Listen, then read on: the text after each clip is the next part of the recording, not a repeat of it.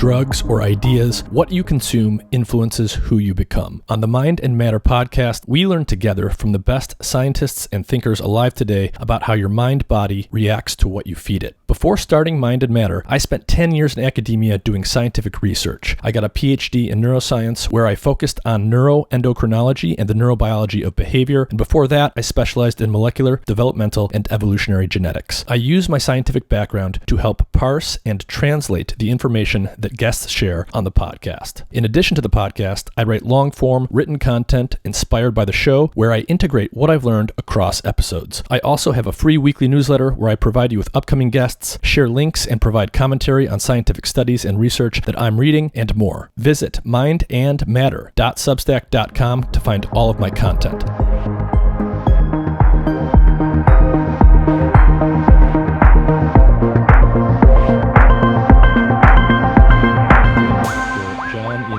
Thank you for joining me. Thank you so much for inviting me. Yeah, we were chatting a little bit before we started here, and John is definitely one of the guests I've hoped to get on since the podcast started, and I finally got him here, and I think this was a great time. John, do you just want to tell everyone a little bit about who you are and what you've studied in your career? I'm a professor at Stanford in the departments of medicine, of epidemiology and population health, and biomedical data science. I'm running the Meta Research Innovation Center, or METRICS, at Stanford, which is a center focused on studying research and its processes, its practices, how we can make research methods and practices better. And I've worked in different fields in evidence-based medicine and other areas that it's very common to see problems with methods, with biases, with making errors, including prominently my own, I guess, and trying to be sensitized by them and try to see how we can improve efficiency and eventually get the most out of this fascinating enterprise that we call science. Yeah, and it really is an enterprise. There's lots of parts to the scientific research process. So you've done a lot of work studying the scientific research process itself. You research. It is research on research, and sometimes research on research on research. So there's no end to the meta transformation. And so how did you even get into this? Why did this come to be a focus of your work?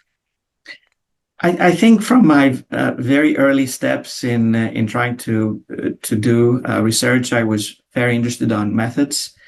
So methods tend to be the fine print section that most people are not so interested in. People probably focus more on results, and results are great, but I was fascinated by the machinery, and I tried my hands on different types of research. So I did some research that was wet lab, basic science. I did some research that was clinical, some research that was population-based, epidemiology, some work that was more mathematical and statistics. The common denominator of what I found most attractive was the difficulty of doing good research, how much effort and dedication and commitment and being aware that error was just waiting for you to creep in, and biases are so prevalent, starting from our own biases.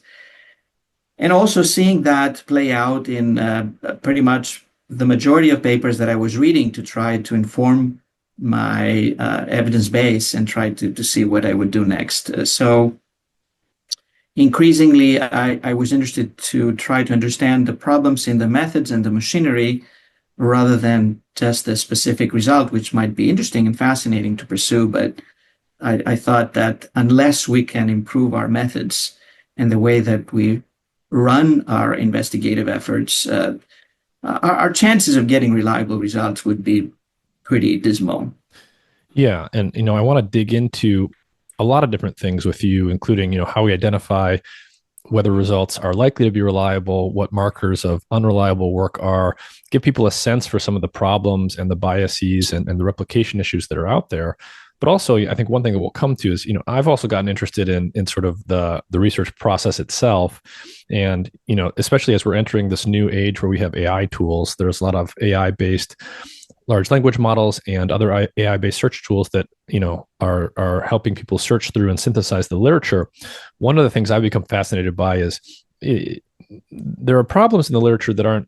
It's not just that there are individual studies that I say are poorly done or undersampled. There can be systematic biases in entire fields for decades at a time sometimes, and the technologies that we build on top of them are sort of going to inherit those biases based on how they work. And I want to dig into a lot of this. Let's just give people some sense for one of the big issues here. So a lot of people talk about the replication crisis. They will often talk about this in the context of specific fields like psychology, but of course, it's not specific to any one field. There's a lot of big replication issues that have become more known to people, I think, in recent years. What would you say the replication crisis is? Is it something that spans most scientific disciplines? And what is sort of the extent of this crisis? I think the replication crisis is not necessarily something new. It is something that is inherent to the way that we have been practicing science. And replication is a fundamental component of how science should be run. It's a way to verify that what we're doing is reproducible. We can put some more trust to it, and we can build on it with more confidence. I think that the term crisis has been coined in the last 10, 15 years because more attention has focused on that aspect of research. And I think that our calibration and expectations of how likely our results might be correct has been a bit overblown. And when people started looking systematically into that question, we had to recalibrate our expectations. I think that for a while we had forgotten that science is so difficult and so bias prone. We thought that we were probably overconfident. And then we have these large reproducibility efforts suggesting that a large share of our published results cannot be reproduced. And that leads to that terminology crisis. But it's not that this is new. It was there. I think that people, at least the majority, probably did not have that as a top priority in their thinking, and probably it moved up the ladder of priorities and prime considerations in doing science and thinking about science and interpreting science and translating science. It's a problem, and it is also inherent in the scientific method. So it's both a challenge and an opportunity. I don't see it as something negative, realizing that there is that challenge could be a good way to try to think about how we can improve some of our performance and some of the track record of how our research could replicate or not. Is there, how are replication issues distributed across fields? So, people often sort of think in terms of a spectrum from soft sciences to hard sciences, usually based in terms of how rigorously quantitative they are. Are the replication issues confined mostly to so-called softer sciences, or is this something we see in harder sciences and even physical sciences as well? I think that they can arise in any scientific field, provided that it is a scientific field. So a field that is always 100% correct is probably not a scientific field. It's probably some dogmatic, religion, political, but not scientific effort that would be always correct. I think that also it depends on how difficult the questions are that we ask, and how difficult are the odds of success. So some fields that seemingly have lower replication rates may actually be dealing with more interesting questions, with more high-risk questions, with more difficult issues that success is likely to be less compared to others. So I don't believe in a hierarchical view of sciences as these are the best sciences, and this is the second-class citizen, and this is the worst scientific fields, because each scientific field has its own performance characteristics, has its own goals and targets. It has very different priors compared to others in terms of the likelihood of success. And it would be a pity if we try to kind of put one scientific field against the others and create some sort of competition of shaming each other, that you're not reproducible and you're not replicable. We have seen problems with replication across practically any field that someone wanted to take a serious look. And it is not something that should be so surprising. Even with rigorous measurements, even with fields that are very structured, things can go wrong, or the types of questions are such that the success rate is bounded by some percentage. And maybe that's the best that you can get in some cases, but that's okay if you have a way to filter eventually the credible information and move forward. Yeah, so a low replication rate, whatever exactly we choose that to mean, it could indicate something negative or bad, like people are doing sloppy work, but it can also be an indicator of being on the cutting edge or actually doing high risk, interesting questions. So it's not necessarily a negative thing inherently. Exactly. I mean, if you study whether the sun is going to rise next day, probably the replication rate will be 100%. But it's not an interesting question. Conversely, if you work in a very high risk field, many of the leads that are discovered are likely to be false and be refuted. But this doesn't mean that field needs to be abandoned. So it's a question of efficiency that needs to be calibrated against what is the likely value of the information, what are the consequences of true discoveries, what are the consequences of false discoveries, especially false discoveries that take a while to be refuted and they stay with us and we build on them and go down the wrong path, or even get translated into interventions and policies that may be detrimental. So it's a complex system. I don't think that we should be oversimplifying into single percentages of success and failure. And we need to look at the big picture and try to see whether we can get something that makes more sense, is more useful, and is more credible. And whether or not there's something like a replication crisis in any given field, if we have any sense for what the replication rate is, that implies that people have actually tried to replicate experiments. And of course, it's very natural, if you're doing research, it's more fun and more exciting and more advantageous from a career advancement standpoint to make a novel discovery, not to just check if someone else's discovery is accurate. So how much emphasis is there out there on actually replicating results that are already in the literature? So there's quite some debate about that, both regarding how much replication is out there and also how much replication is desirable. If you take scientific papers at face value, the vast majority of them are trying to say that what I have done here is something novel or has something new to say. And the reality is, nevertheless, that many papers don't really do something novel, and they're just replicating, perhaps with some minor twists, some experiments or studies or knowledge that already exists. One way to document this is to look at meta-analysis, systematic reviews and meta-analysis that try to revisit what we know on a given scientific question. And in medicine, for example, the average meta-analysis finds 7 to 9 studies. There are some topics that we have 100 plus studies, and of course others that we have 0. But on average, we do have a number of studies that systematic reviewers believe are similar enough to put in the same forest plot, consider them as attacking more or less the same or similar question, that they can be summarized together. Now, are they replications of each other? I think that people who do them don't think themselves as replicators. They see themselves as investigators contributing knowledge, but in fact, they're pretty similar. So they do belong to the same bin of information, to the same bin of knowledge.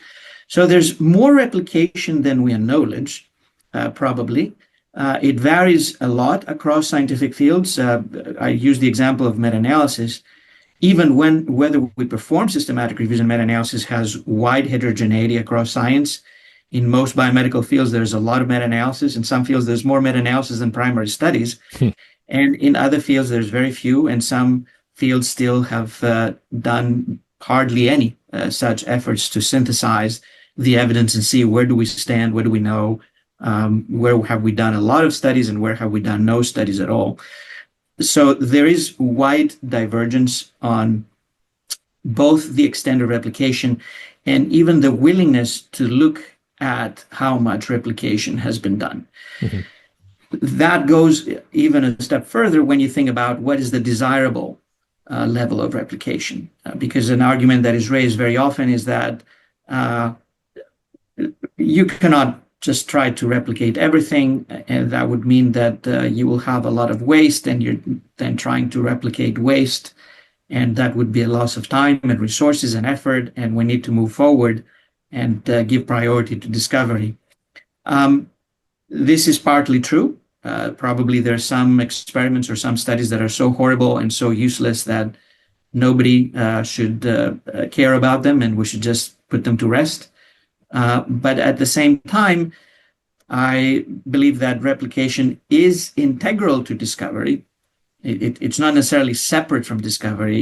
I think that the replication and reproducibility check is integral in solidifying discovery and making sure that we're dealing with something that we can put some trust in and move forward. And without it, we may be wasting even more effort and even more resources going down the wrong path because we trusted something that was not to be trusted. So this is an open debate, and obviously the best answer has to be operationalized differently in different circumstances, depending on feasibility. Sometimes, if you have a study that took 20 years to do, and how is it to replicate that? Wait another 20 years. Versus here's a study that replicating it means just clicking a few buttons on your laptop to run some analysis on some existing data sets that can tell you right away whether you get the same signal or not. And it would cost nothing versus it would cost $1 billion. Mm-hmm. So it's not a one size fits all, but there's unevenness in both how much replication we have and also how much replication would be desirable. Mm-hmm. One of your most highly cited papers, and you're a very, very highly cited researcher yourself. One of the most highly cited papers you have is titled "Why Most Published Research Findings Are False." And it says right on the first page, it can be proven that most claimed research findings are false. Can you unpack that for us? Is that meant to be taken literally or not?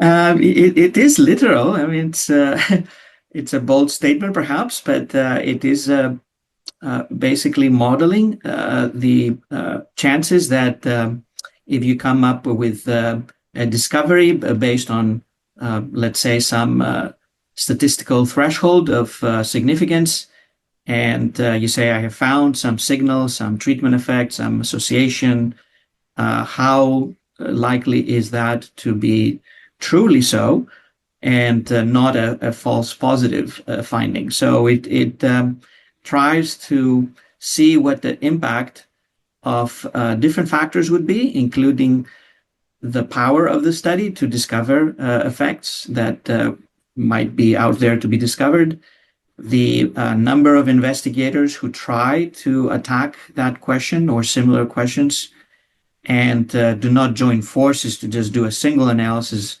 of all their data sets, but each one of them is trying to outpace the others. And also the extent of bias that may creep in and may turn some of the non-significant results into significant results. So why these things are happening, of course, can be due to multiple reasons and multiple influences on the research agenda, the research design, the sponsors, conflicts of interest, knowledge of research methods or lack of knowledge of research methods, sloppiness, sometimes fraud, hopefully not that common, but even that exists.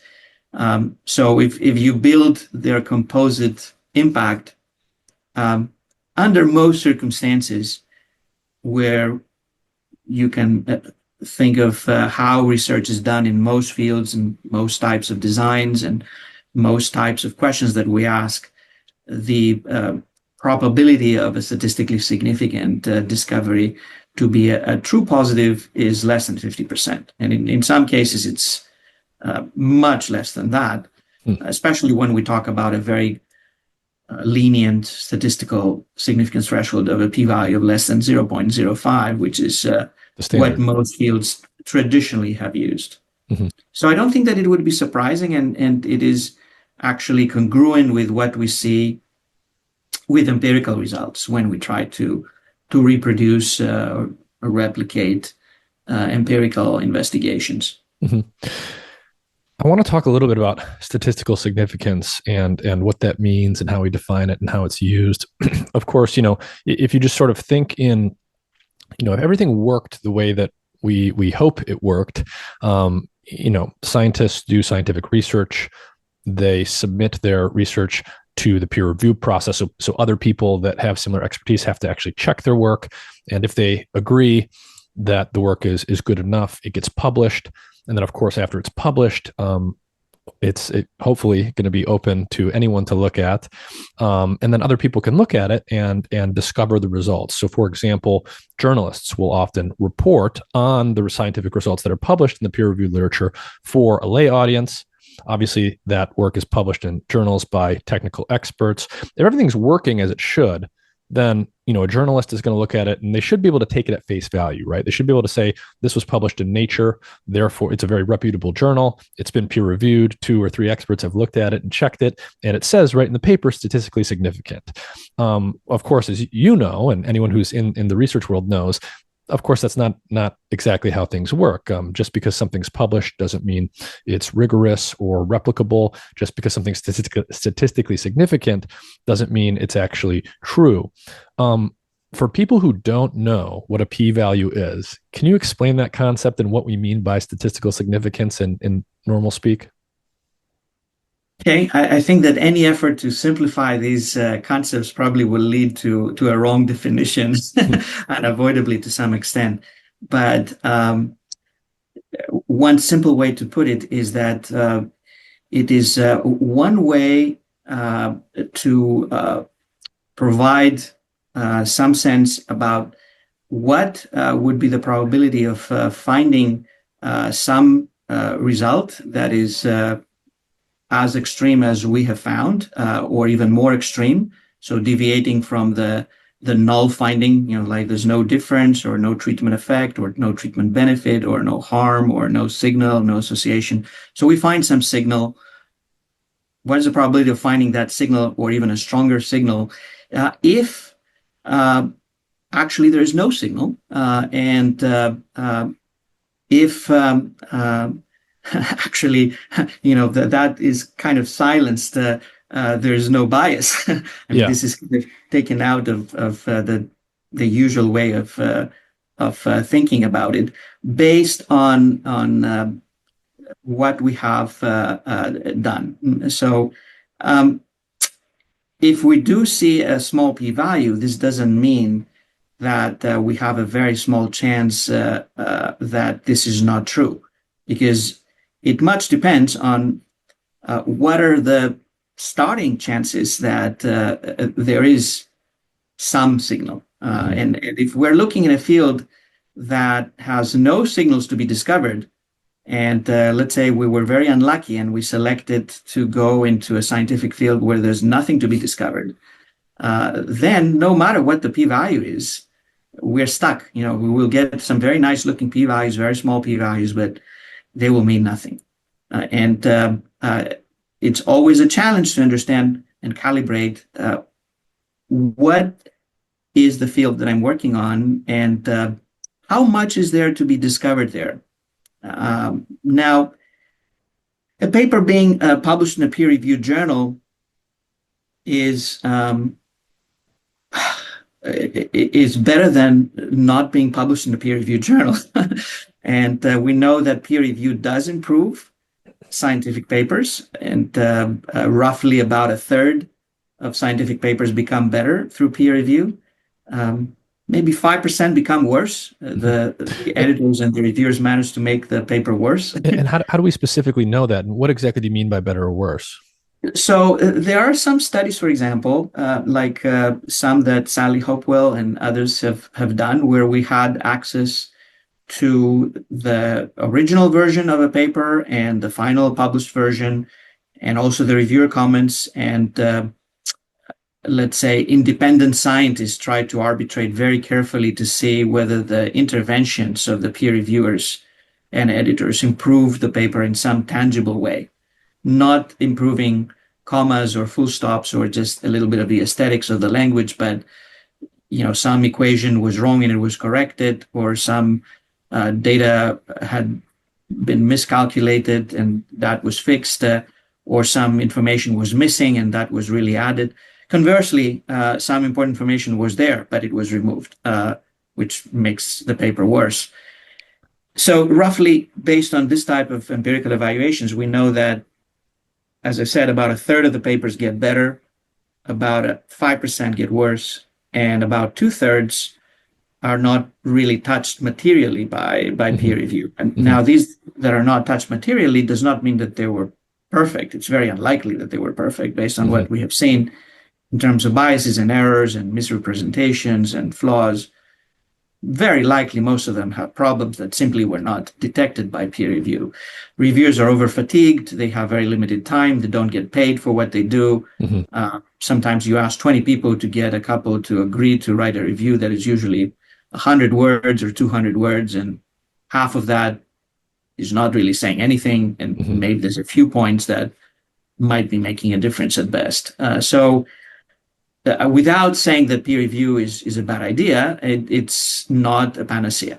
And a lot of flawed papers will go through the system. There's also lots of journals that have little or no peer review. There's predatory journals. There's other journals that have very little peer review. They will publish practically anything or almost anything. So having a paper published does not necessarily mean much. Having it published in a prestigious, highly competitive journal like Nature or Science in Basic Science, or New England Journal of Medicine or Lancet in medicine, does not mean necessarily that it is more credible. I think that this is a misconception. There's opposing forces here. I think that some papers that end up in these top-tier journals that have the highest competition for their pages and acceptance rates of 5% or less, I think that, yes, they may attract some of the best work, some of the most kind of anticipated and expected, and work that a lot of resources and a lot of thinking and a lot of brain power have been invested, and everybody's waiting for the results. And it is a well done study, very well designed and very well supervised, and lots of people, in a way, have reviewed it beyond the couple of peer reviews who see it at the end. So yes, that type of research probably is going to be more credible on average, although sometimes even that may not be the case. And if there's a conflicted agenda, for example, behind it, so it has to be seen on a case-by-case basis. But then the majority of papers that would end up in these journals are not necessarily these widely expected kind of central studies that hundreds of people are reviewing somehow and putting effort into. They're mostly studies that tend to have a very strong surprise factor. They are studies that find some result that is extreme, really novel or seeming to be novel, and effect sizes are larger than average. And in that case, there's two possibilities. One is that, yes, this is a discovery of something that is really so extreme and so nice and so beautiful, large effect. And the second possibility is that this is winner's curse, that even simply by chance, someone has found this very strong signal, but actually the real signal is much smaller, if not non-existent at all. And if you think in this way, if you have a small study that there's millions such studies being done, and it gets an average result, it's not going to make it in these journals. Yeah, yeah. The only chance that it will make it in one of these journals is if it has found something that's really extreme. So if by Yeah. chance something that's Yeah, not that extreme is studied a bunch of times, the person who finds the extreme result is actually going to be biased to be the one who publishes on it first. exactly. So you have a winner's curse that is likely to affect these journals far more than the average, let's say, good, respectable journal that is willing to publish more average type of results. Mm-hmm. And we have documented that. We have run empirical analysis looking at topics that have been assessed by studies that were published in top tier journals like New England Journal of Medicine, JAMA, and Lancet, and also in specialty journals on the very same intervention, the same type of question. What we saw is that when we're talking about large studies, then the effect sizes are about the same in the top tier journals and in the specialty journals that published on that topic. But when you have small studies published in these top journals, their results are hugely inflated compared to similar studies asking the same question and published in specialty journals. And these inflated results typically just get washed away when someone looks at them again and realizes that that's not such a huge benefit, such a huge signal as what has been published now. Mm-hmm. So, nothing is perfect. No journal is a perfect guarantee that what is published there is going to be impeccable. Mm-hmm. You mentioned there's a lot of places we can go with this. I guess the essence of what you were saying just now for people to understand is, statistical significance is an important concept. It has to be computed the right way. There are assumptions that go into it, which may or may not be justified. The sample sizes and the effect sizes matter. I'm not sure we need to go into too much technical detail on those things, but just for everyone listening, the size of your samples, how good your data is when it's collected matters. The assumptions, being cognizant of the assumptions that are made to do the appropriate statistical tests, all of that matters. And sometimes people do it correctly and rigorously, and sometimes they don't. It's a mixed bag. All of these things matter. I want to talk about next something that you mentioned, which is that there's a lot of journals out there. There's been a massive proliferation of the number of journals over the years. And you also mentioned that some of these journals are predatory journals. Let's take those one at a time.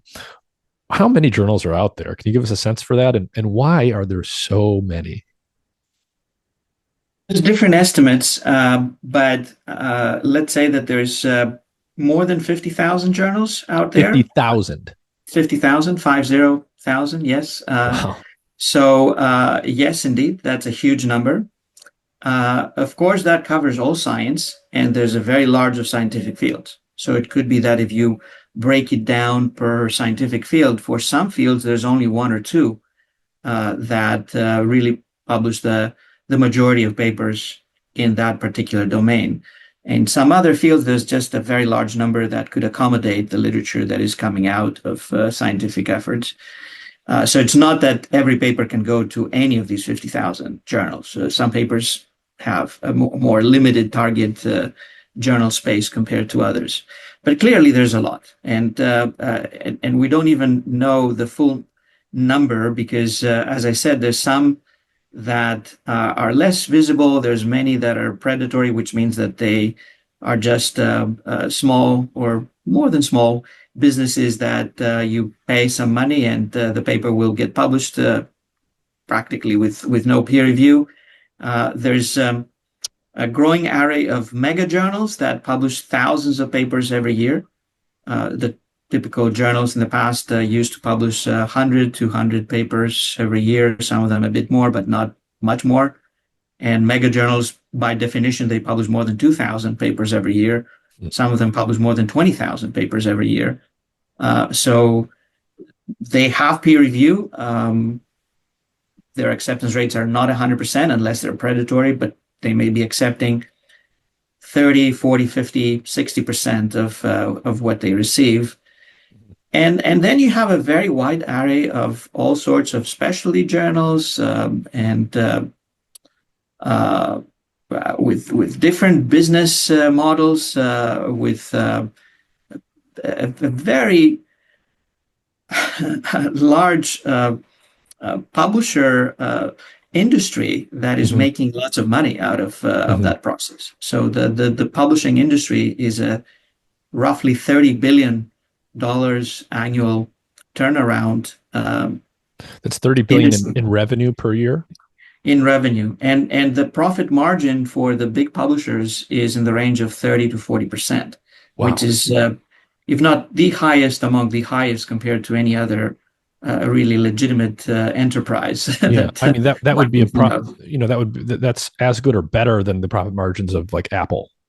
It is, yes, it is. So Elsevier, for example, and Wiley have better profit margins than Apple. Yeah. And those are two of the larger publishers that own journals that people probably heard about, brand name journals like Cell. Exactly. There's 5 publishers that publish the lion's share of the scientific literature, and now we have these mega journal publishers that are also pushing the frontier of. One of them is called Frontiers, actually. yeah, I'm familiar with Frontiers. That are pushing the numbers of papers being published. So 50,000 journals, give or take, doing 30 billion with a B dollars in revenue per year, with profit margins that are among the highest of any private company in any industry. So this is a big business in every sense. It is. And one wonders whether we're getting what we pay for. And probably we don't. Yes. And why is this such a big business? How does this connect to, so obviously there's issues here on the supply side. There are a lot of academics doing a lot of research, and so there's a lot of potential papers to publish. There's a demand side to this, and we can talk about that. And then there's also the issue of costs, and the costs for these publishers. It would be an interesting area to talk about, because you already mentioned previously that. So we're talking about publishing papers that go through peer review. So peer review is a key component of the manufacturing process, so to speak. But the peer review is done for free in most cases. Is that true? That's true. There's very, very few exceptions where peer review is paid. And even those, the amount being paid is so little that it doesn't make a difference, like, $5, $10, maybe $50. I'm involved in one journal that was launched recently where the model is to pay reviewers $500, and it's an experiment. I don't know if it would work to improve the quality and rigor of the peer review process. Yeah, I just spoke to Martin Koldorf. That's the journal you're referring to? Yeah.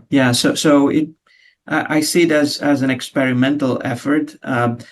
We don't know what is the best model for supporting peer review, to be honest. We have run some randomized trials, not as many as I would wish, but there are some randomized trials trying to randomize different modes of review, like open peer review, blinded peer review. There's some trials of training for peer review. There's some that look at having a statistician peer reviewer look at the papers. The effects tend to be modest or even null. I think the clearest signal would be for having a statistician look at the papers. That clearly seems to improve the subsequent versions that get published. But then the challenge is where do we find statisticians to look at 7 million papers that are published every year? Right. There's not that big a workforce of statisticians and methodologists. They have their own things to do and work on. We cannot hope to engage them to review 7 million papers. So there's lots of incentives to publish. I have nothing against publication and productivity. In fact, for many decades, I have been struggling, as many other scientists, against publication bias and non-publication of negative results. Right. So I would be the last to say that we should not publish. We need to publish. We need transparency. We need openness. We need to communicate. Hmm. I think we need to communicate with even more transparency and with more details Hmm. about what we do. But it is a huge business, as you say, and it is exploited by those who are centrally placed to make profit out of it. Let's talk about that a little bit because, I mean, people in this world often know, at least to some extent, how some of this stuff works. Almost no one in the research world who I've ever met, even when I was in academia, almost no one is satisfied with the way peer review works. For those listening, when you're in the academic world and you're doing research, and all of your friends and colleagues are doing research too. When I think about every single time I heard someone talk about, oh, I've got my paper, it's under review right now. Oh, how's it going? Almost 100% of the time, the answer is some version of, it sucks. It's terrible. The reviewers aren't doing it right. Blah, blah. No, I've never heard anyone once in my life say, the reviewers had some critical things to say and they're absolutely right. And I changed my mind. And the paper's not getting in, but I learned a lot. And then, of course, there's sort of the business side of this and the exploitative nature that many people would say that the big journals operate with. Can you start to talk about how this became such a big business? Where are they generating all this revenue from? Is it from subscriptions? How is this such a big profitable business? So just to close our discussion on peer review, I think that there are peer reviews that are constructive. I don't want to be so dismissive. Personally, I have had peer reviews on many of my papers where I felt that the paper did improve. Yeah. So I feel that I really benefited from that input, sometimes even very negative input. But oh goodness, thank you very much. You picked some error that I had made, and I hadn't noticed, and now I can fix this. So, and some papers do get substantially improved. So, Yeah. I'm uneasy about just discrediting peer review, and I do acknowledge, nevertheless, that it is a very suboptimal system. It leaves lots of possibilities of things to go wrong. Now, the publishing system has evolved over the years, and it has become more massive, both in terms of number of journals and in terms of number of papers. And also, it is highly hierarchical. So journals have very strong prestige factors attached to them. And this has largely been a journal impact factor business, which basically looks at the average number of citations in the first 2 years after the publication of a paper. It is a flawed metric by many different ways of looking at it. There have been many efforts to try to dismantle it, to say, no, we're not going to look at it, but goodness, everybody's looking at it. Yeah. And that reinforces both the prestige ladder and also the gaming of the system. So people, journals, editors, publishers are just struggling to prevail in a gaming system that is not necessarily aligned with better science, with better research. It is trying to optimize some numbers that are surrogates, and most of the time they're very poor surrogates, or capture very little of the essence of what we should be interested in. How do you get rid of that? I think that we need to experiment. We need to try many different ways, let many flowers bloom, and see whether some of them may be more successful. It is not like a uniform system. We have new ideas, we have new concepts, we have preprints, for example, where people can post their work practically for free. A model that has been very successful in fields like physical sciences, and I think that now it starts becoming more successful, or at least more popular, in biomedical sciences as well.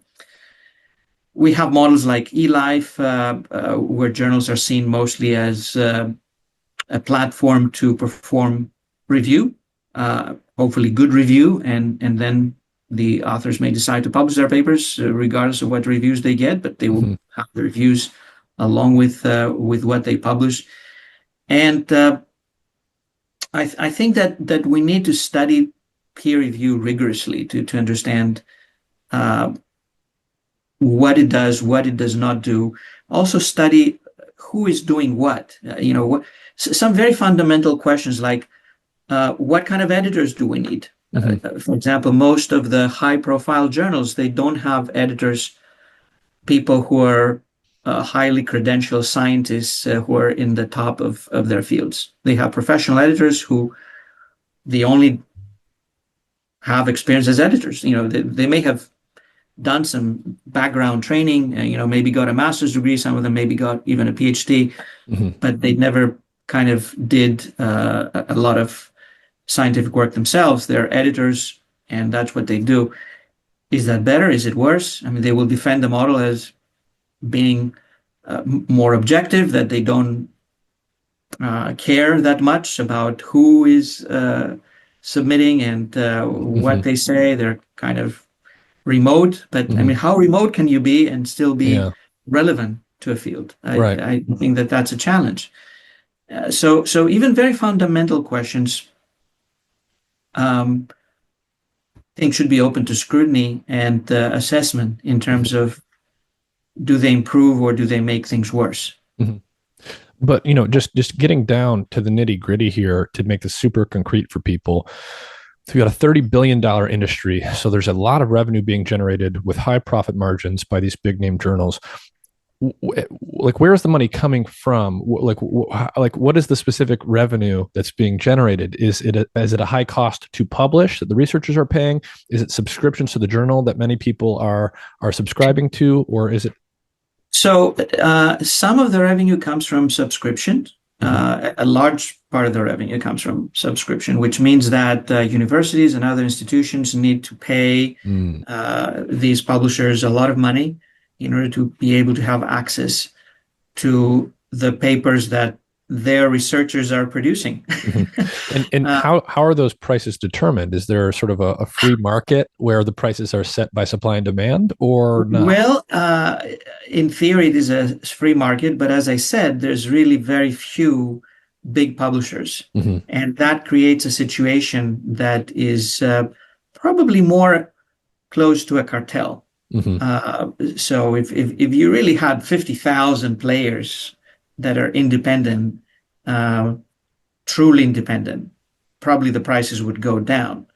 But we don't have 50,000 players. We have 5, maybe 6, 7, if you add also the new mega journal publishers that are rising quickly. And therefore, somehow the prices have been staying at pretty high levels and allow for these large profit margins for these big players. So it's mostly how do you kind of change that cartel situation, and to a large extent it is about subscriptions. There's an extra layer which is the publication cost, the article processing fees, where typically to publish your work in open access, and some journals are entirely open access. Others are moving to become entirely open access. Some are mixed, but people may still wish to have their work published as open access.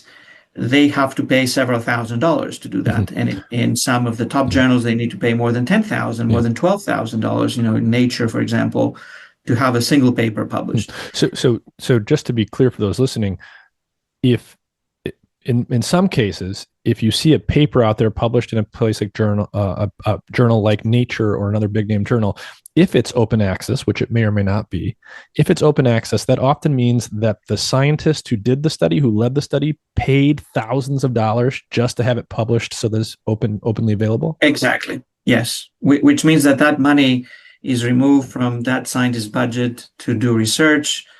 You pay researcher salaries or consumables or other types of resources and effort. Often it would come from the funders. If it's public funding, it would come from public funding, meaning taxpayers. So there's a lot of double dipping here that people who profit from the system, they're gathering money from different sides and different steps in that process. Yeah. So you're actually asking scientists to do peer review for free. It's like literally having an employee that you don't pay, and then they Yeah. have to pay you to have it published, and they pay more if it's open access. And then it actually becomes even more absurd, you might say, when you start to think about it in terms of, well, over time, right? We used to have physical journals, used to, physically buy a journal and they would have to physically print it, but that's really not the case so much anymore. So the cost of the journal should be going down in that sense. And yet I imagine these fees have not adjusted. Indeed. And if you have a cartel, it will not get adjusted. I mean, I Yeah. think it will remain at a very high profit margin moving forward, no matter what improvements we have in technological transformation of Mm-hmm. the publishing Mm-hmm. enterprise, which indeed now can cost less because we can just do everything online. We can have things done much more efficiently. Yeah. So it is a big problem. It is a big black hole in a sense in the vicinity of science. It is absorbing a lot of scientific resources, and scientists by default are just offering more to that black hole. We're offering free peer review, as you mentioned. Mm-hmm. We are offering funds to make a paper open access. We're offering funds from our universities to pay for subscriptions, and so forth. Mm-hmm. So there really is probably like a collective action problem here where if every scientist, every researcher just simultaneously demanded, hey, we need to be compensated for a time, even if it's modest, because that's just what we're demanding from you, something would happen. But of course, you need a critical mass of people to do that. And for various reasons, that's very unlikely. Indeed. Yeah. And perhaps we should have someone from the publisher's side to to give a balanced view. I mean, I don't want to demonize publishers as being goodness, these horrible demons who are just making money out of good scientists and good institutions and good funders. I'm sure that they also offer some value and offer a commodity that is important. Some I value, think sure. yeah, I mean, it's an issue of what we prioritize as a society and Mm-hmm. what we feel is our legitimate enterprises and legitimate margins of profit. Mm-hmm. I mean, we have so many other enterprises, like, the tobacco industry is making a lot of profit and it's just killing people. Mm-hmm. So I think that uh, I'm biased to say that we have a problem, and I think that publishers should be making much less out of what they do. But it would have been nice to have someone to give a counter argument Mm-hmm. that maybe we should have more of them and perhaps less of the tobacco industry or other companies that are really just causing death and wreaking havoc to society with no value. Yeah. Yeah. Um, so, well, it's hard to even imagine workable solutions. So again, like hypothetically, you could imagine every scientist, gets on an email thread and we say, hey guys, tomorrow we're just demanding, $2,000 per peer review, no questions asked. Of course, that's not actually going to happen. What are potential workable solutions here? Is there anything on sort of the regulatory or funding agency side? I know that there's been some talk recently for things like NIH funding to require open access. What are some potential solutions that could change how publication operates? I think that there's many solutions, but I worry that most of them are not evidence-based. They have not Mm-hmm. been tested in some study, in some pilot study even, to try to see how they translate in action. So people have speculated and they come up with all sorts of proposals. Some of these proposals seem extreme to me and probably are going to be very damaging if implemented. For example, one proposal is don't allow a scientist to publish more than X number of words every year. Which means that probably many of the biases that we have with publication bias and extreme results having preference to be disseminated will become even worse because everyone will be counting their words and goodness, I need to take my best shot and really impress everyone, my funders, my stakeholders, the community, consumers, whatever it is. So probably we'll have more bias if we say, we restrict publication and let's have less. Let's try to shrink the system somehow. There's other solutions that we know would work, but then we don't know how to implement them. I mentioned the example of using statisticians Mhm. as peer reviewers. But then where do we find these statisticians? Where do we find these people? Mhm. There's others that seem to cost nothing or very little, like preprints. I like those because even if we get it wrong, we're not going to pay for that. Yeah. And Yeah. preprints also have a track record of being very successful in the physical sciences already. So Mhm. I don't really see a problem. And some people are concerned that, well, so you let everything out there and it hasn't been peer reviewed and people will use it for misinformation and Yeah. disinformation. Yeah.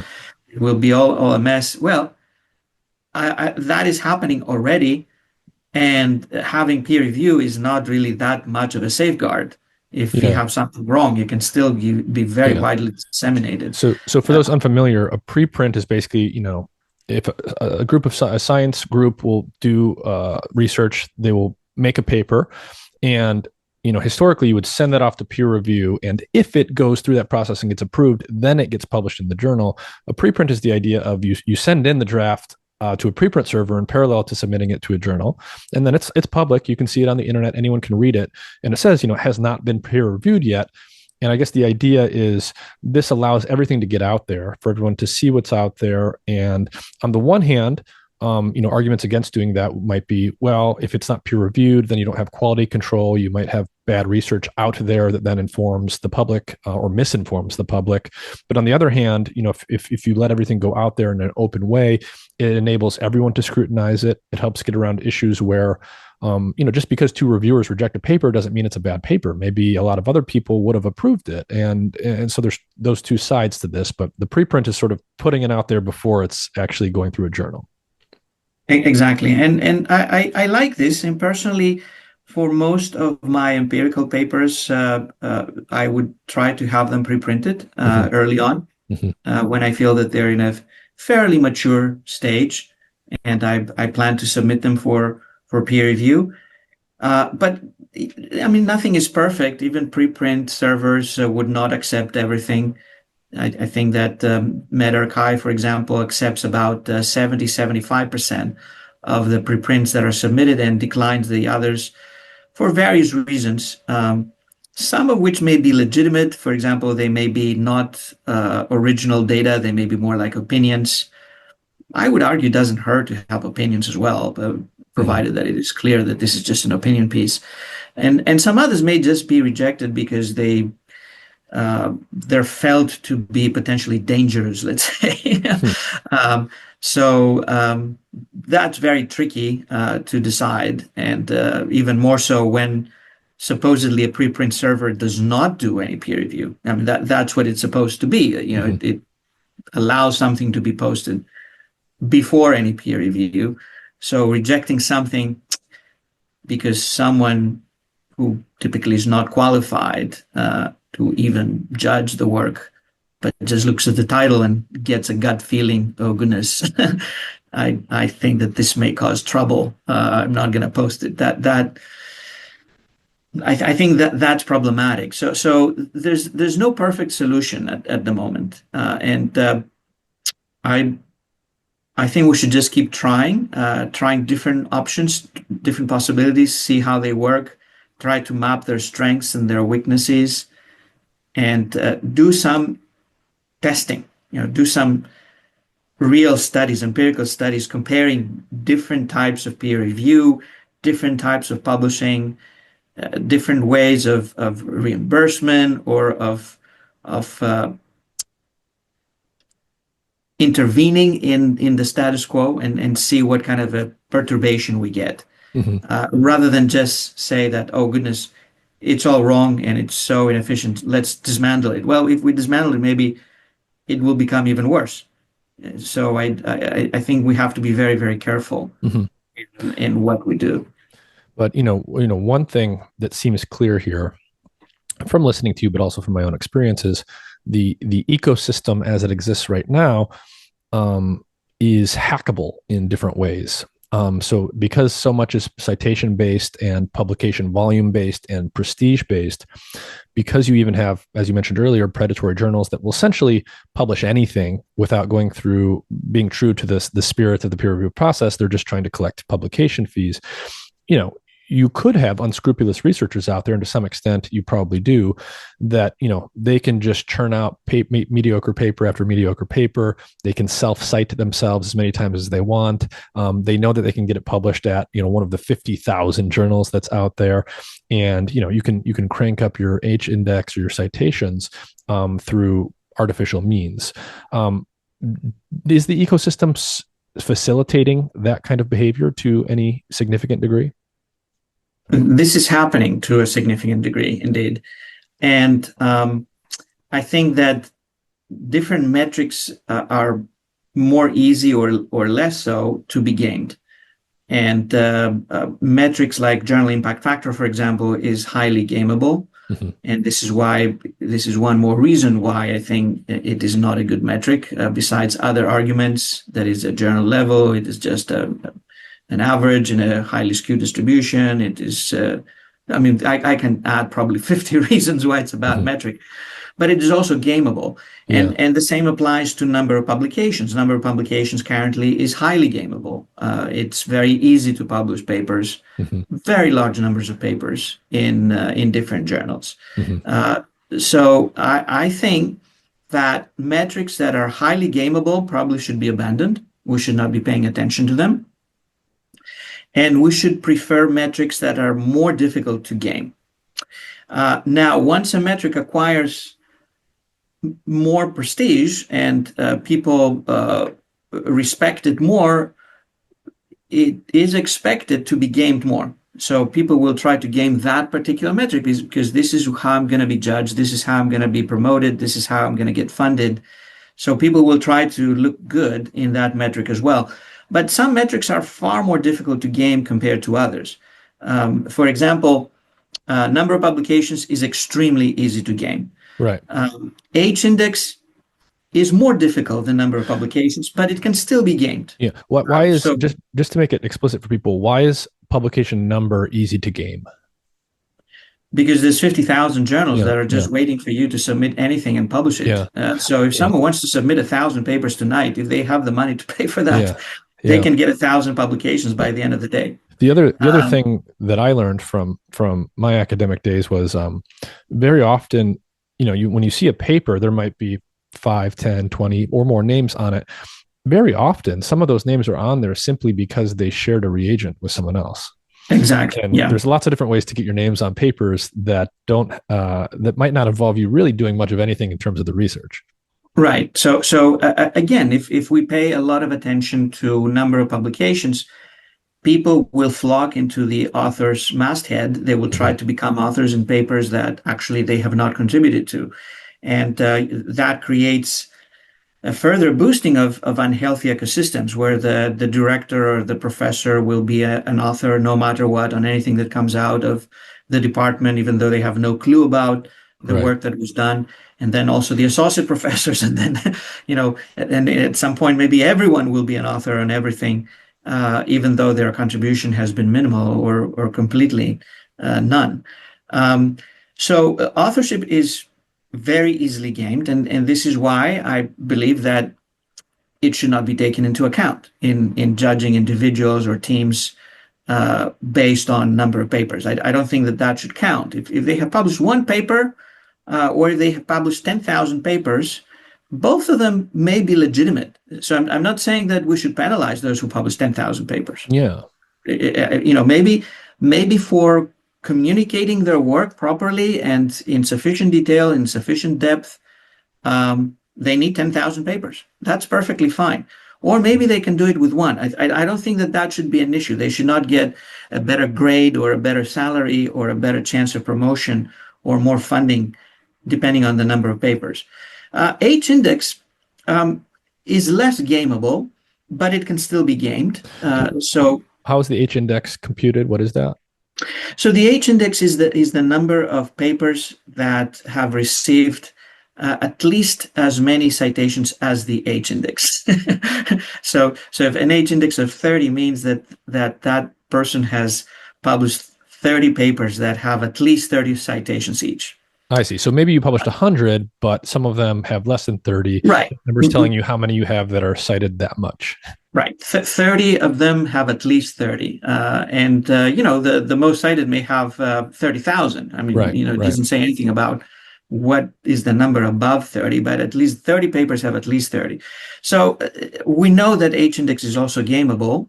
It is gameable through becoming a co-author, an undeserved co-author Yeah. in papers.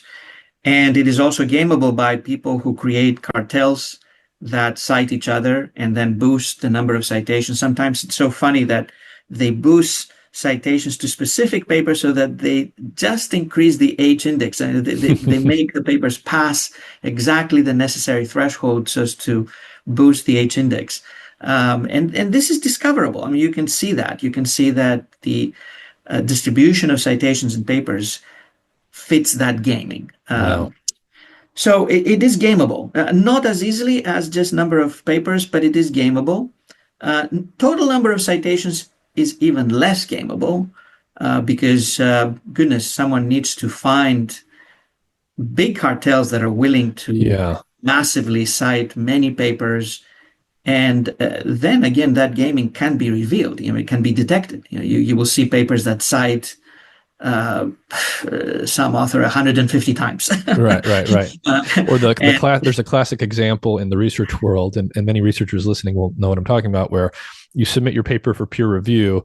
Your anonymous peer reviewer will then request that you cite a particular reviewer 12 times, and one wonders if that was the person. Yeah. And then there's other metrics. There's co-authorship adjusted metrics like the HM index that corrects for co-authorship, and then you can look at contributions as first author, as single author. You can look at self-citations. You can look at orchestration, cartel metrics that suggest that someone has been gaming citations.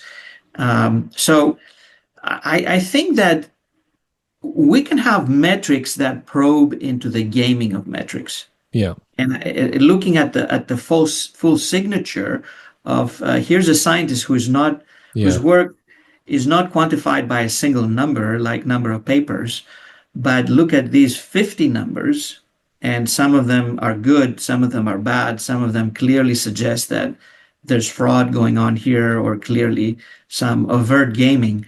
I think that this would be more appropriate to do. It's a little bit like virus and antivirus software. You come up with a new metric, and this can be gamed. Right. Then you have to come up with something that is even more.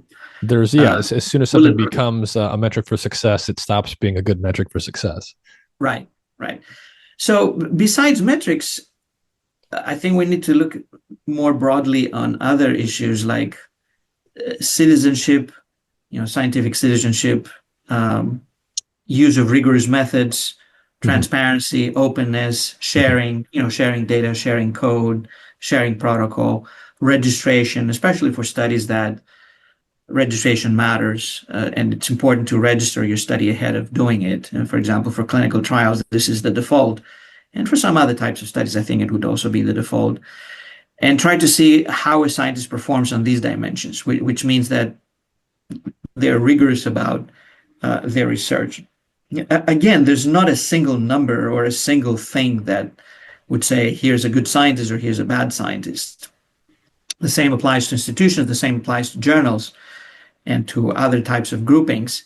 But having a more complete picture of multiple dimensions probably is more informative. And it's very difficult to game all of those. Yes. I mean, people may game a few, but then some of that gaming will be detectable and they will fail in other aspects if they just are out there to game the process.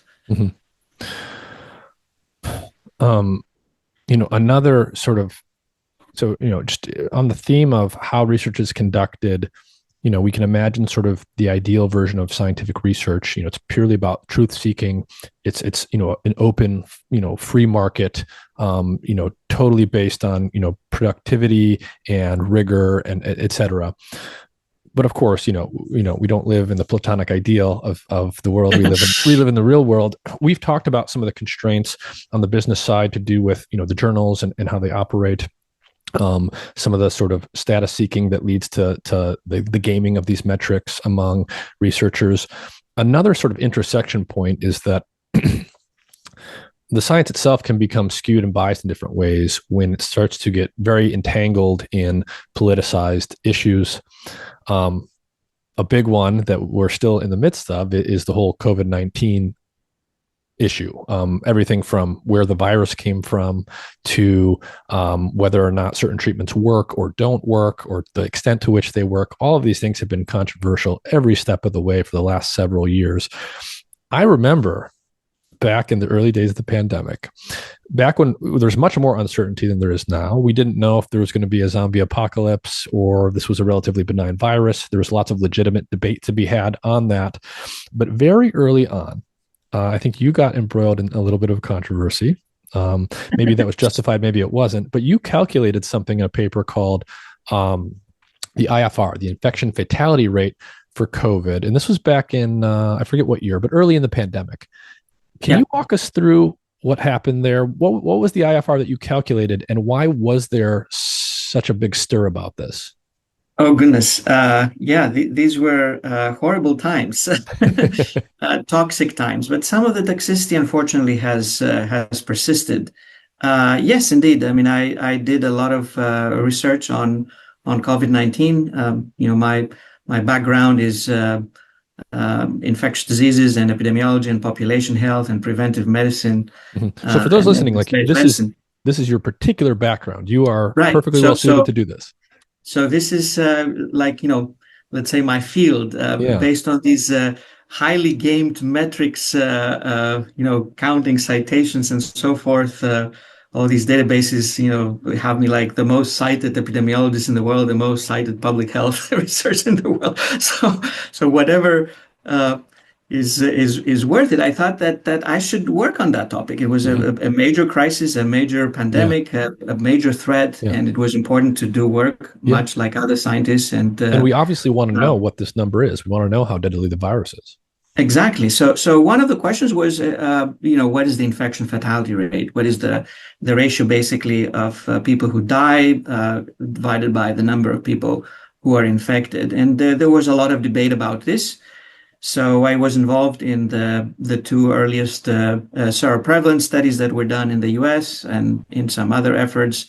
I published that work with my colleagues in JAMA and in the International Journal of Epidemiology.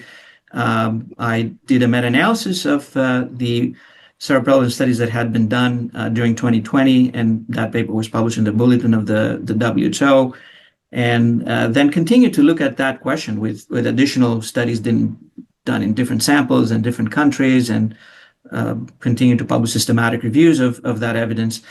It became highly toxic and highly debated because, much like many of the questions surrounding the pandemic, unfortunately, there were very strong political positions and partisan positions taken. Mm-hmm.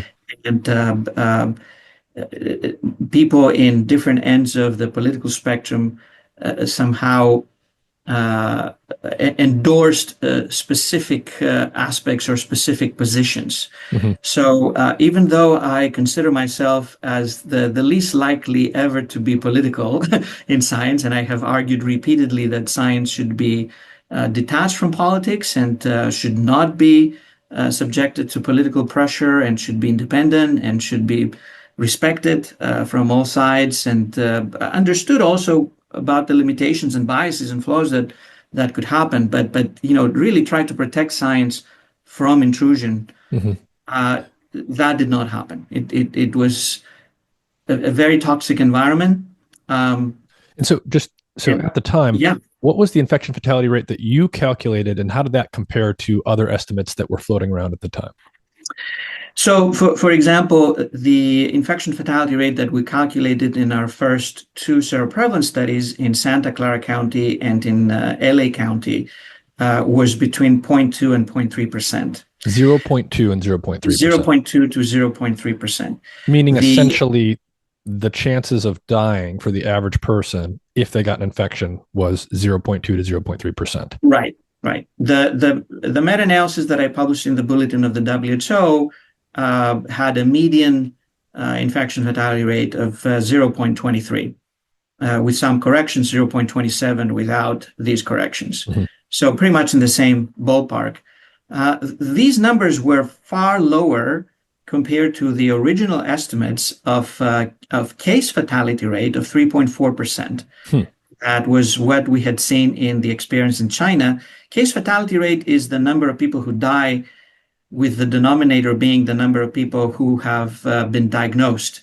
So it's not necessarily those who have been infected. Yes. Okay. So that was maybe an issue that was accounting for the discrepancy in the numbers, is whether or not people knew the denominator, the total number of people actually infected. Right. But in the early days, the WHO, gave that figure 3.4%, and also their envoy to China came back saying that we don't think that there's many asymptomatic cases. Mm-hmm. Basically saying that if we haven't missed infections, then the infection fatality rate would be pretty much very close, if not identical, to the case fatality rate. So maybe it's not 3.4%, but it would be pretty high. That. Yeah. So in other words, there's sort of two camps at the time, so to speak. One was saying that the fatality rate is what we would consider to be quite high, on the order of 3%. Your estimate came in much lower, on the order of 0.3%. And there was a question of, who's getting it right, who's getting it wrong? Are we accounting for all the infected? And if you're not accounting for all the infected, that would imply that there's many asymptomatic people. And that's sort of what your result implied. But others were saying, we don't think that's the case. Exactly. Yeah. And the debate became very quickly very toxic, because it was endorsed by people who really merged the message with other messages. Mm-hmm. And therefore, if you believe that the infection fatality rate was 0.2, 0.3, 0.4%, you had to belong to one clan. And if you believed that it was higher, you had to belong to another clan. Yeah. It's similar to the lab leak thing, where for a while, if you believed it could have possibly been a lab leak from China, you got put in one camp, and the science was totally enmeshed with the politics. Exactly, which is very, very sad, because personally, regardless of what my ideological biases might be, I would never think of distorting my numbers and try to think and pay attention. Okay, so what does this politician or this politician saying today? I need to avoid saying this, or I need to say this so as to avoid trouble, or if I want to create trouble. So it's very difficult to do science under these circumstances. You try to provide, these are my results, but then you get attacked and you get praised, and both are bad. It's bad both to be praised and to be attacked. Sometimes it's worse to be praised, actually. If it's for the wrong reasons. That's not what science is about. Science is not about becoming let's say a hero or a demon. It's a process. Yeah. Well, and this is a few years ago when you came up with your IFR number, and other people had different numbers. We've now had the benefits of a few years going by. We have more data. We have more knowledge. What do we know about what the IFR is today? Oh, today it's 0.0 something, for SARS-CoV-2 infections now. But, by now we have people who have been vaccinated and people who have been infected on average 2 or 3 or more times. Yeah. So people have both natural immunity and vaccine-induced immunity that's reducing the mortality risk. It is far, far less than even the, let's say, low-range figures that we had come up with in early 2020. I guess what I was getting at is, the people who are saying it was 3% versus you who are saying it's more like 0.3%. Was there indication after that you were closer to the truth, or they were closer to the truth? I think you're talking to someone who was part of the debate, so maybe I'm biased, but I think that our estimates were surprisingly accurate. Yeah, I mean that's my read of the situation. Is you seem to come up with an accurate number. I'm surprised actually that they were accurate because there would have been every reason for us to be off, twofold, threefold, fivefold easily, with single studies that can easily happen. And even with the meta-analysis of 10, 20, 30 studies, sometimes you may get inaccurate results. So, no, I think that based on having a more complete picture and multiple studies that were done back then and later, probably that was an accurate estimate overall. And of course, even then, we stated that there's a very strong gradient of risk. So, that 0.3% is not really representing everyone. Little children will have 0.000 something percent risk, and elderly people with comorbidities in nursing homes may have a 10% I think the number so it's an amalgamate of very, very different risks. The average, the IFR for everyone is 0.3% roughly. That's what you calculated. But I think the other number you added to that was that for people under 70 years old, it was actually 0.05. So it's a very strong age gradient. Right. So I think that these were pretty accurate estimates, but unfortunately they were immersed into very toxic deliberations, and as I said, both the attacks and the praise were not helpful. And during the pandemic, I found myself in toxic situations because lots of the issues that were scientific became entangled into the political debates and public policy. Lockdowns, for example, my results suggested that lockdowns did not have a substantial benefit compared to other restrictive measures that were not as aggressive. Again, that was both praised and demonized. Is sort of this is what I found. Yeah, and psychologically, sort of my interpretation of what was going on there is the reason this got so heated and so controversial is instead of doing the research and following the numbers and the data, people had policy positions first, and they wanted to justify those no matter what. So people that were pro-lockdown or anti-lockdown wanted that IFR number to be higher or lower to support the policy that they already were advocating for. Right. So it was like clan mentality, and your results need to fit to what we want to see. Otherwise, you're an enemy. You need to be destroyed. This is warfare, and there's no room for dissent. In other cases, I found myself opposed by the opposite camps. For example, I led an international meta-analysis on hydroxychloroquine, which we published, finding that hydroxychloroquine randomized trials suggest possibly an increase in mortality in people getting hydroxychloroquine versus the control. And that also created toxic debate, and most of the people who attacked that were in the opposite direction compared to the IFR debates. So for doing good work in the sense that you were trying to get to the answer and the truth without being political, you actually got demonized by both sides. Right. Praised by both sides, demonized by both sides. Horrible, really completely horrible. What was that like for you personally? Was that tough? Did that affect any of your personal or professional relationships? It did. I mean, it's not a joke receiving death threats and feeling uncertain about your life, and not only for me but also for all my family members. So it did death create threats.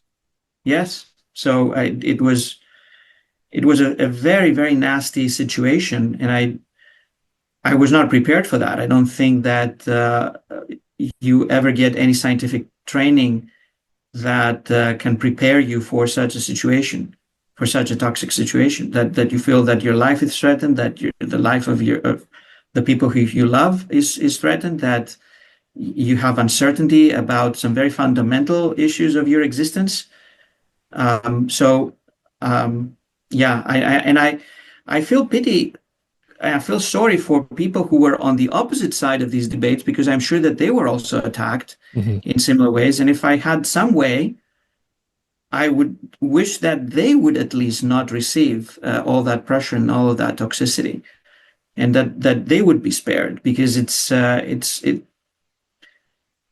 completely beyond human understanding that this can happen. You try to do science, and this is what you get.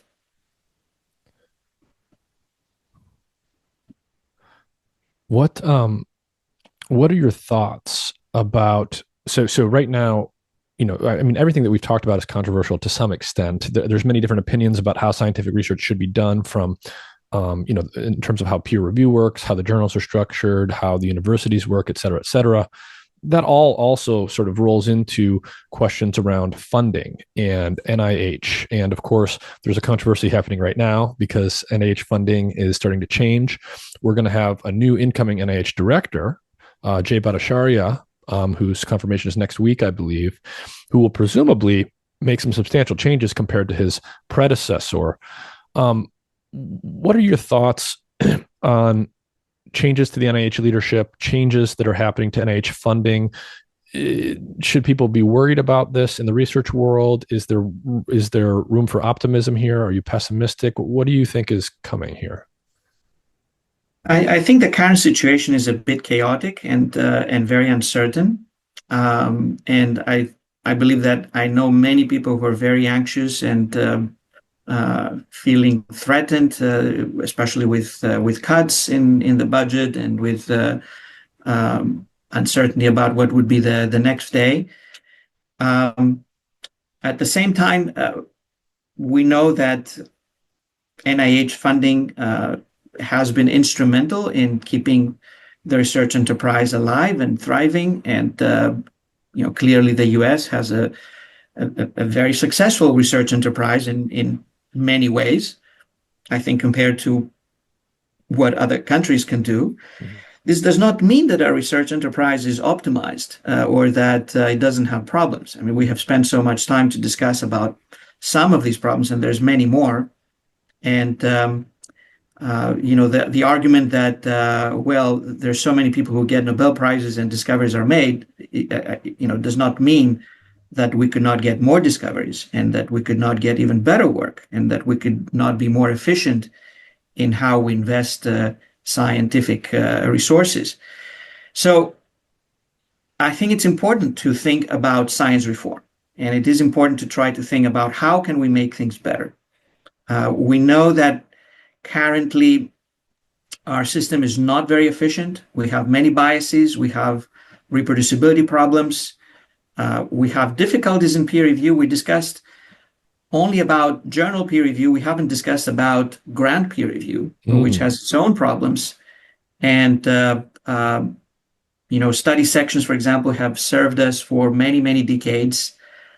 And I think that they do a decent job in most circumstances, but we have identified biases with them. We know that they're not really very receptive to high-risk ideas, disruptive ideas, the way that things work. If you have one or two members in the study section feel that this is a high-risk idea and it's not going to pay out, it will be shut down.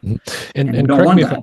Correct me if I'm wrong, but in the academic world, in academic scientific research, there seems to be perhaps a similar phenomenon that you see with politicians in the political world, where there's a kind of bias towards older, more well-established researchers. Mm-hmm. Does that have something to do with what you're talking about?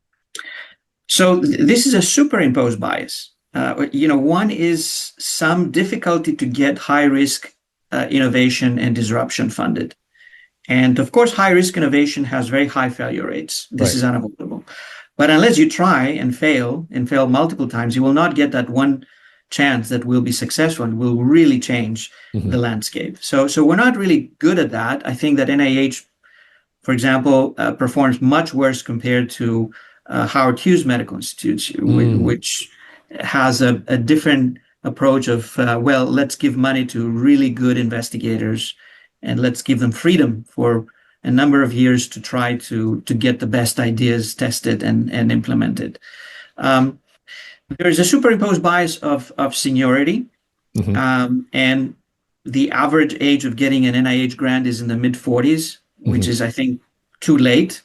Mozart died 10 years earlier, and I think the same applies to scientific investigators. Many of them have their best ideas in their 20s or early 30s, and if you have to wait until you're 45 or 47 or even older to get your first independent R1 grant, that's too late. So we need to find ways to shift more funding to early career investigators, to really bright innovators who want to try bold things, and give them a little bit of more opportunity to do that. At the moment, we give them very little opportunity, and I think that this is something that can be fixed, should be fixed. It has been discussed for a long time, but really has not happened, at least in a bold way. NIH can do a lot on reproducibility. At the moment, it has reinforced some of its practices and policies. For example, it has improved its policies on data sharing and openness and making data available. But it is still very ambiguous about replication agendas. So I think that we can do much better on that. And I think that there is some entrenched ideas that are very difficult to dismantle. Somehow, once you have a lot of resources go into one direction and a lot of scientists make a career out of that, even though you may reach a plateau and there's not much more to be gleaned out of continued resources being invested, more resources are invested just because there's so many people who defend their domain. And, they're members of the study sections, they're those who are advisors, those who control, well, research will go in this domain, in this direction, this type of tools, while maybe they're not that high yield as they used to be, perhaps. Perhaps they had substantial yield in the past, but not any longer. So the system currently is pretty slow in moving to new priorities and new opportunities. Somehow it gets entrenched into some bandwagon type of occupations. Obviously, there's some other huge challenges that have come forth in the last couple of weeks, like the cut in indirects that has been going into a legal battle. Yeah. And can you explain that for people? So when a researcher gets an NIH grant for $1 million, say, what are the directs and indirects? What does that mean? So in simple words, the direct cost is what goes to the researcher to do the research in terms of paying for the salary of the researcher himself and the postdocs and other junior researchers, and also for consumables, for the experiments. So it's the cost of the research itself.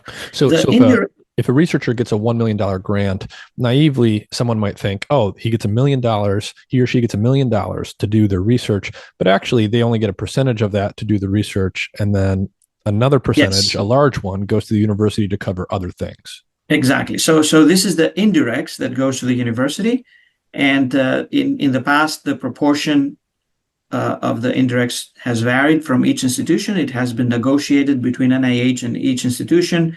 And basically, the indirects cover everything else that needs to be available in order to be able to do the research. So that includes the space and the electricity, the water, everything that needs to be paid to have a space being functional. It includes the administration, the staff that needs to support the research, to prepare all the forms and the audits and the regulations that NIH itself may be asking to be performed. Those indirects, are they going to things that directly support that research? But there's a lot of people out there saying that this sort of essentially goes into a slush fund, and it's not clear where all of those dollars go. So yes and no.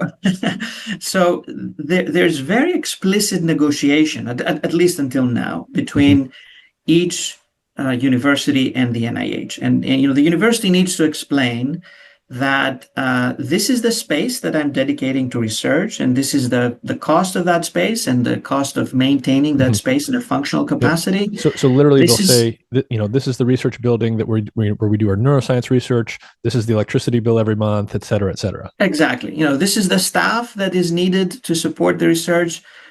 This is the facilities, like an animal facility. If you don't have, you cannot even start on some types of research, and this is the cost for the animal facility. So it's not that it is completely arbitrary. I think that this is a misunderstanding, and this is also the reason why some institutions are asking for a higher rate compared to others. Some institutions are happy with 25%, and some others are asking for 70% or even more, yeah. So because they say we have more things to put in place in order to start doing the research. Now, is that like something that is inviolate and cut in stone? And yes, you cannot do the research. If you remove this little piece, then you cannot do it. No, that's not the case. And if you take each one of these components, space, for example, during the pandemic, universities were ghost towns. Yeah. The space. I was coming to my office and there was no one else in the building. And even now, which is 5 years later, occupancy in many university facilities, on a regular day and a regular hour, may be very, very low. Maybe 10%, sometimes even less than that. So, do I believe that this is nice, or this is the way that it should be? No, I think that people should be back, and I think it would be better for everyone, because this is how science really makes progress, by brainstorming, by interacting, by talking with colleagues. So I hate that we had so much leeway to just do work from home, especially for people like me who do things that can be mostly done through a laptop. In theory, I could be at my home. I come to my office every day because I believe in it, but there's no incentive really, other than I just want to come. Yeah. If you take then the administration, NIH itself has placed a lot of administrative barriers to do research. So if I write a grant, the grant may be 6 pages long, but the administrative forms may be 600 pages long. And these need to be filled out by administrators, by people who are dedicated. They're excellent people. And I would never want to say that, oh, no, we should let them go. They're highly trained, they're skilled. But perhaps we could use that expertise in a more productive and in a more positive way, instead of just lumping more and more administration on top of that. I guess that's what it's kind of like what people in the private sector call red tape. Like it's just creating a lot more barrier before the things that have to get done before you can do the real work, so to speak. Exactly. And if you look at the numbers, there was a report published a couple of years ago by actually a left-wing progressive institute. The title is it's a very declarative title, like the university's administrative bloat, or something like that. And they present data from the top 50 universities in the US. There's on average 3 times more administrative staff than faculty. And there's some universities among these 50 top that have more administrative staff than students. So I mean, clearly there's some imbalance here. I would be the last to say that we need to cut back on research. I would fight even for $1 to be cut, because I think this is a bad idea. I think that research and science is a top societal priority. But how the funds are going to be used, I think that there's plenty of room to discuss. How do we dedicate more funds to research? How do we become more efficient? How do we aim for more reproducible science, rather than just red tape and administration for the sake of administration? Right. And because all of those administrators, they're doing actual work. They have to do the paperwork and all of the stuff that's required by the NIH, for example. But those are all full-time salaried employees. That's a huge cost. And I guess one way to start to think about this is, if we've seen a 10x increase in the administrative staff over the last X number of years, have we seen a 10x increase in scientific output or scientific quality? It's not clear that that's true. Not really. And of course, this is an uncontrolled experiment because we don't know what it would have been the case if we didn't have that. But what I'm trying to say is that I think that there is room for negotiating what is the optimal model for doing science. Not an austerity model. I think that I would start that science is underfunded. And in fact, the underfunding is leading to some of the problems that we discussed. For example, if you have a highly competitive environment and you know that you will be out of the game, you will lose your job, you will not be promoted, you will not get tenure, unless you come up with some extreme result, some extravagant discovery or some claim. Mm-hmm. You will come up with an extravagant claim. So the underfunding is also a strong contributing factor to some of the problems that we're discussing. The quality control issues. Right. So I don't think that cutting back on funding and austerity is going to make things worse. It's probably just going to make things much worse. And there's also a breaking point. Some institutions may just say, forget it. I cannot do research. I don't have the resources. I don't have the means to do it. So I will just close my labs. I will close my animal facilities. I will close these resources. And if you're a researcher who wants to do work, forget it. You can stay as a teacher and teach, or if you don't like it, go elsewhere, maybe go to another country even. So we have to be very careful about how we try to change the research enterprise. We clearly need to change it. There's plenty of things that can change, but it has to be done with care and with evidence in making bold moves. Mm-hmm. What are your thoughts on someone like Jay Bhattacharya becoming the NIH director? Are you optimistic about that? What are some of the things you might, whether or not it was him going in, what are your hopes and any words you might offer to the new director to help usher us into a new era of scientific research? I know Jay Bhattacharya for many years. I think I met him when I first arrived at Stanford 2010. He had some research interests that were parallel to mine at that time on exposure-wide association studies, trying to study the exposures that surround us in large scale. And then we collaborated. We also collaborated during the pandemic in some of the early studies, like the early seroprevalence studies. I think he's extremely strongly credentialed. He's really brilliant. I have absolutely no concern for his moral integrity. He's an amazing person, and I believe that he's well-intentioned. Mm-hmm. I did see a transformation of Jay during the pandemic. He was someone who had no social media accounts, who was mostly an introverted scientist, a methodologist, not someone to go out to speak in public or whatever.